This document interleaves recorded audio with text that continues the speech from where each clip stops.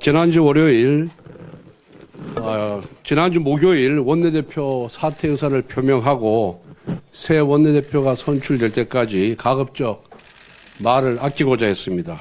우리 의원님들에 대한 예의이기도 하지만 새 정부가 정말 나라와 국민을 위해서 잘해주길 바라는 마음에 헌임인 기간 중 말을 아끼고 싶었던 마음도 있었습니다. 그런데 오늘 형사 피고인인 이재명 대통령의 공직선거법 위반 사건의 재판 무기한 연기 소식을 듣고 여러 의원님들의 요청에 따라 대여 비판에 조금도 공백이 있어서는 안 되겠다는 심정으로 모두 반원을 공개합니다.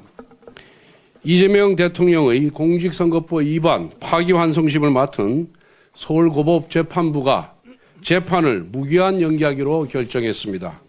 서울고법의 이재권 부장판사는 헌법 제84조에 따른 조치라는 판사 개인의 자의적인 헌법 해석을 단서로 달아놓았습니다.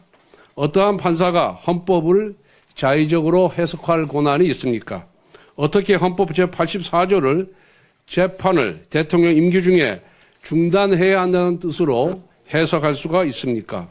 헌법 제84조는 대통령은 외환 또는 내란의 죄를 범한 경우를 제외하고는 재집중 형사소출을 받지 아니한다라고 규정하고 있습니다. 즉 소출을 하지 않는다는 뜻입니다. 여러분, 소추가 무엇입니까? 국립국어원 표준국어 대사전에 소추는 형사사건에 대하여 공소를 제기하는 일이라고 적혀 있습니다.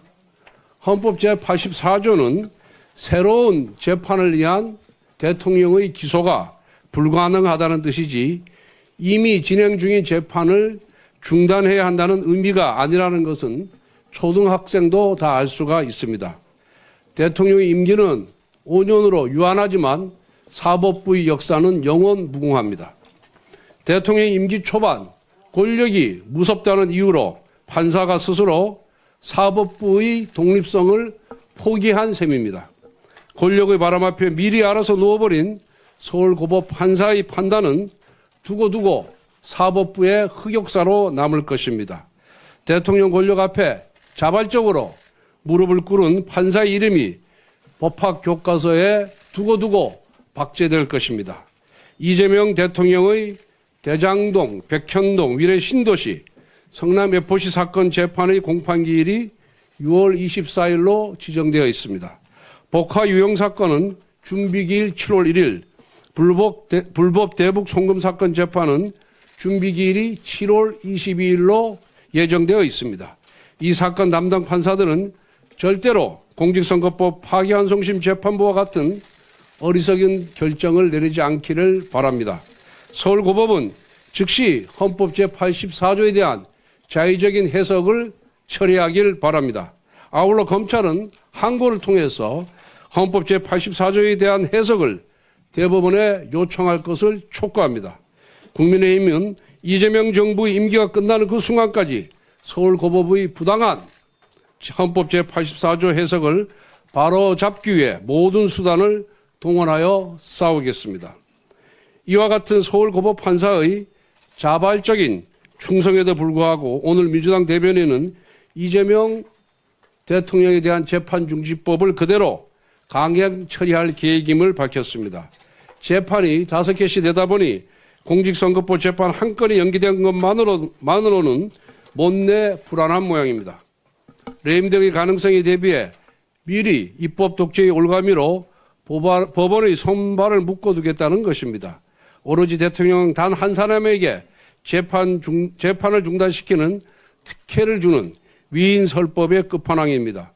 그리고 이재명 대통령은 본인의 공직선거법 위반, 위중교사죄, 불법 대북 송금 사건의 변호인을 맡았던 이승엽 변호사를 신임 헌법재판관 최종 후보군에 올렸습니다.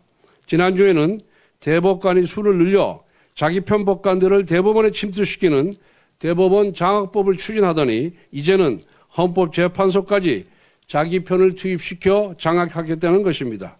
국회를 입법 독재의 도구로 사용했던 것처럼 대법원과 헌법재판소도 사법 독재의 도구로 쓰겠다는 것처럼 보입니다. 첫 일주일이 향후 5년을 좌우합니다. 안타깝게도 이재명 정부의 출범 첫 일주는 통합도 민생도 아닌 오로지 방탄 독재의 길만 모색하는 모습이었습니다. 이 모든 것은 이재명 대통령의 취약한 법적 리스크를 사법부 장악으로 해결하고자 하는 시도에서 비롯된 것입니다. 황금 같은 허니문 기관의 힘을 본인의 법적 리스크 해소에 소진시키는 이재명 정부의 모습을 보니 안타깝기 그지없습니다. 이재명 대통령은 죄가 없다면 당당하게 재판에 임하길 바랍니다. 재판에 임하는 것이 민주주의를 지키고 대통령의 권위도 지키는 길입니다. 본인의 권력을 지키기 위하여 민주주의와 헌정 질서를 파괴하는 억지와 무리수를 쓰면 쓸수록 권력의 종말은 급속히 가까워진다는 것을 명심하기 바랍니다. 이상입니다.